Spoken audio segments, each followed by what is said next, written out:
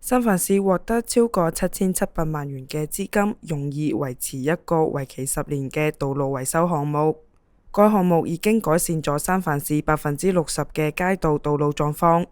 近期對三藩市路面狀況嘅評估表明，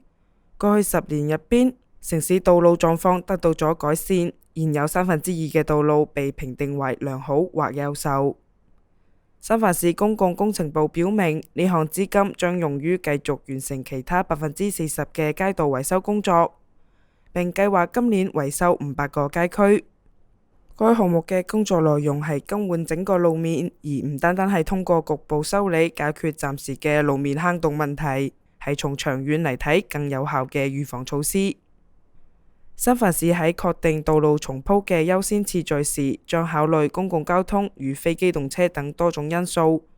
並確保道路維修項目喺整個城市推進嘅公平分配。對於即將迎嚟更平坦通暢嘅道路，三藩市司機表示十分期待。天下衛視記者編輯報道。